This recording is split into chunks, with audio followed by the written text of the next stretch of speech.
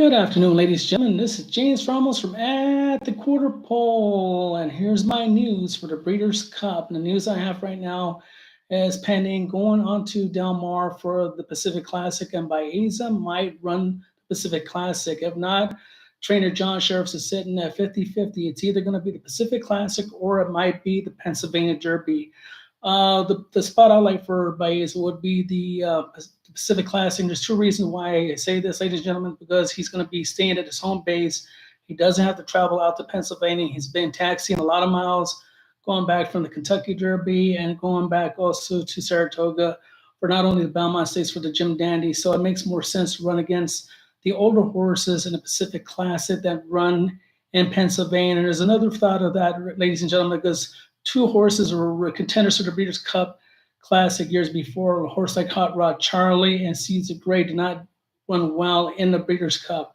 It's not a track that I like, or the race I like going into the Breeders' Cup that I normally handicap. So Baeza makes more sense going to the Pacific Classic. Now, the problem with that is that journalism also sitting in the fence, not knowing he's going to go to the Pacific Classic, run against older horses, or he's going to have another fight against Sovereignty in the Travers Midsummer Derby.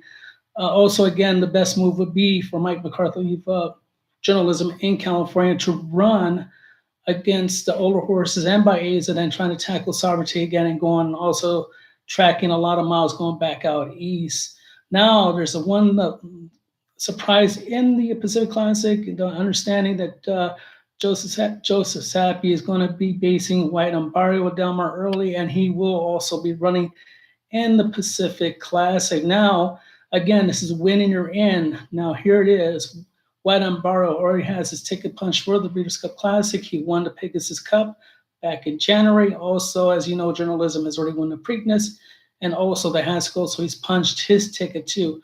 So the only horse that right now needs to punch his ticket in without paying for all expenses to go to the Breeders' Cup will be Baeza. Right now, as it stands, the Pacific Classic will be running 2 weeks, and Baeza, again, will be my pick. He ran a 103 buyer when he ran second against Sovereignty.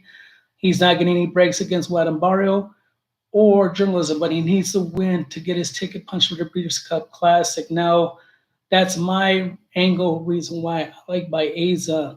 The controlling speed right now, I don't know about the rest of the field, but definitely controlling speed if he wants would be Juan Barrio. Depends who's going to go in that race. But controlling speed would be Juan Barrio. But again, Baeza makes sense to be my pick for the Pacific Classic. Now, other news I have right now, ladies and gentlemen, would be also with Sovereignty. Now, who would Sovereignty run against other horses in the Midsummer's Derby? There's a lot of horses that don't want to run against them. I don't blame them. I'm not sure if journalism is going to go out east. And as I mentioned before, to me, it's a two-horse race in this race, ladies and gentlemen. If he does run, then it's just Sovereignty and journalism by themselves. If journalism withdraws and stays in the West Coast, then it's Sovereignty. There's nothing else at the 3-year-old division that's going to run against him. That is my opinion. Now, the news is Bill Mott going to run into Travers, which is already stated he will run into Travers. He's going to lay him off into the Breeders' Cup Classic and just keep him under workouts. That would be the plan, or I would do if I was Bill Mott, but we'll see what happens and what will transpire in this race. And again, I'll say this, ladies and gentlemen, that this Breeders' Cup Classic is going to be have much more star power than the 1998 version, which is the greatest Breeders' Cup Classic on pure talent in itself. And this field for 2025 is better than that. I mean, way better than that. We're looking at 7 to 8 horses that have just won G1 races. They're multimillionaires, and I can name them out for you from the 3-0 division. Will be journalism and Sovereignty. The older division, Mindframe, Fierceness, Sierra Leone, Hit Show, White on Barrio. So there's about 7 8 horses. And let me forgot my favorite horse, and be coming from Japan, would be Forever Young. That's 8 G1 winners, multiple $1 million. So the odds board will be quite conflicting. Who will get the early money? Who will be the favorite? If there is a favorite, or multiple favorites, or multiple horses between 4 and 5 to 1. I don't know how that's going to transpire, but it's going to be the greatest Breeders' Cup Classic of all time, in my opinion, before they start. I know that the field's not drawn. We're still almost 3 months away, but that's what I'm looking at right now. Another horse you have to watch out for is coming out of the Bob Baffert barn, going for the juvenile coats. A Desert Sage, won hands down in a small field. I've never always liked horses winning on a small field, and could be a good horse owned by Mike Pegram, running his famous Yellow and Red Silks with the MP in the back. The owner of Real Quiet, the Kentucky Derby winner. I know the one handicap horse years ago, Captain Steve.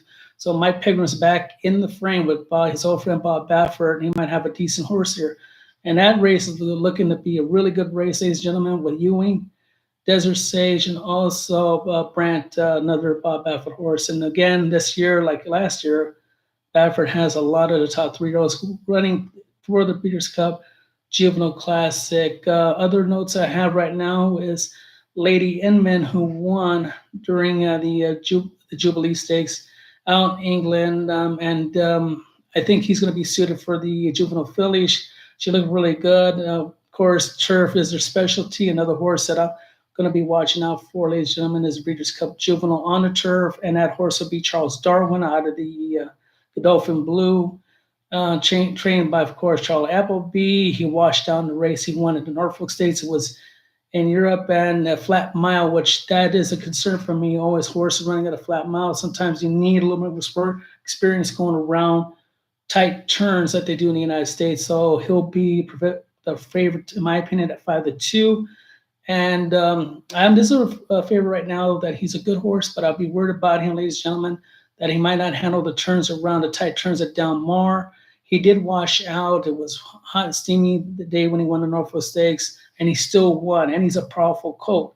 Problem is, though, it's a flat mile. How he adjusted 2 turns, being his endurance and how big he is, it shouldn't be an issue, but you never know. So they might bolt from the outside, and a horse that I'd be watching carefully as I progress into November's racing. Also notes, haven't heard anything from Patch Adams. He's right now my early favorite for the Breeders' Cup Sprint. Also in that race will be probably Dr. Veckman. Dr. Veckman took the road to the mile. He might be better suited as a sprint race. He ran a credible fourth in his last race in the Bing Crosby. I'm not sure he's going to be be in the Pat O'Brien, or they're just going to take him to the sprint. So right now, my long shot play in that race to beat Patch Adams would be Dr. Veckman. He knows the track, and he should have won 2 years ago. He had a good prep. He might only prep 2 races, be the 3rd race going into form, and run a good race during the Breeders' Cup Sprint.